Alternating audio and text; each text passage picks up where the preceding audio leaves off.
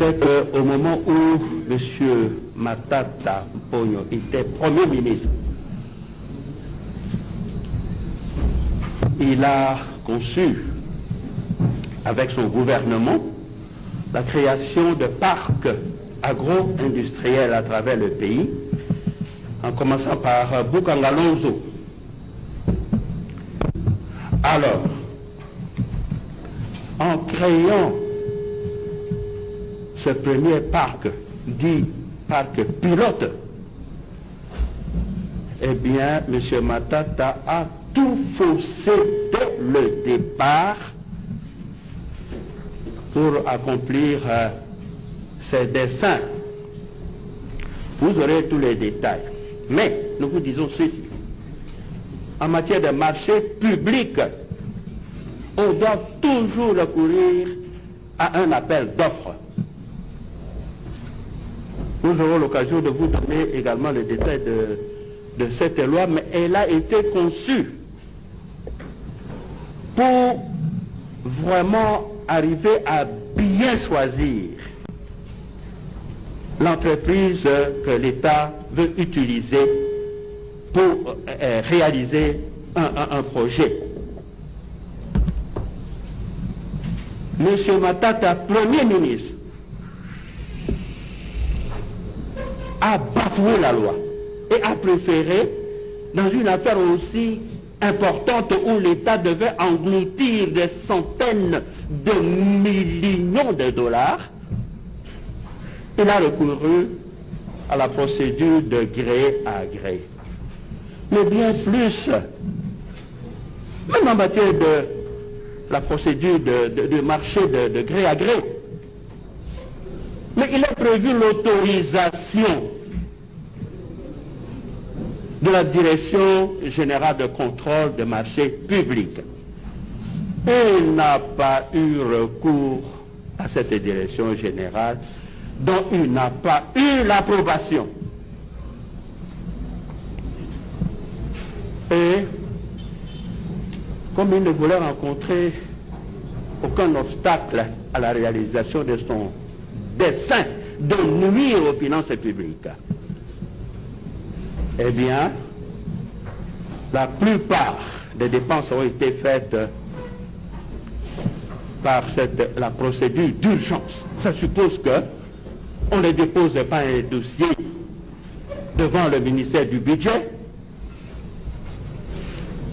Le Premier ministre donne l'ordre au ministre des Finances, le ministre des Finances sort l'argent, et pour la plupart, cet argent-là est transféré en Afrique du Sud auprès de la société Africom qu'il a choisi sans passer par la procédure d'appel d'offres. Et de cette manière-là, tout l'argent allait en Afrique du Sud. Vous aurez l'occasion, parce que les faits, il y en a beaucoup, mais vous aurez l'occasion de voir que même pour des travaux à effectuer sur place à Bukangalonzo, il fallait que l'argent transite par l'Afrique du Sud, dans un compte en Afrique du Sud. La société africaine, qui a été choisie sans le respect de la loi en la matière. Mais ce n'était pas tout.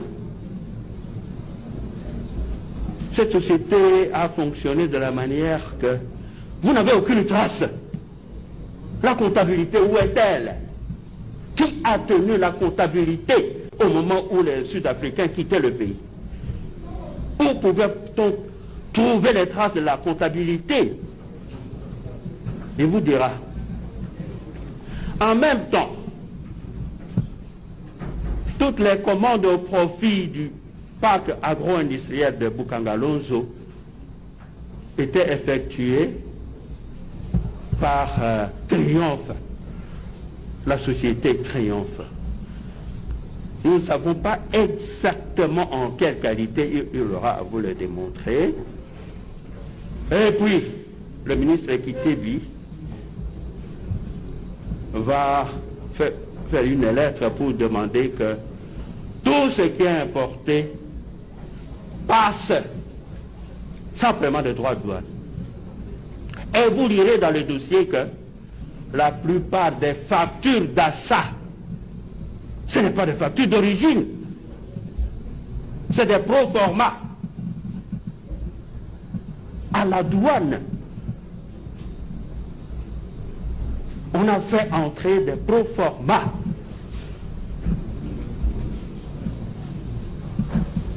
Et alors, comme il y avait les instructions, eh bien, tout ça était sorti comme ça.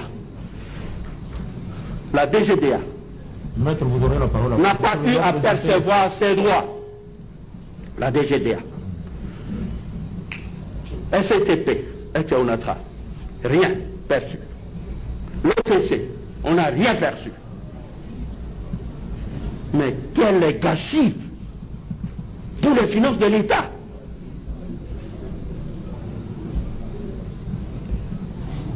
Et alors, vous verrez que même là où on a déboursé de l'argent, on vous dit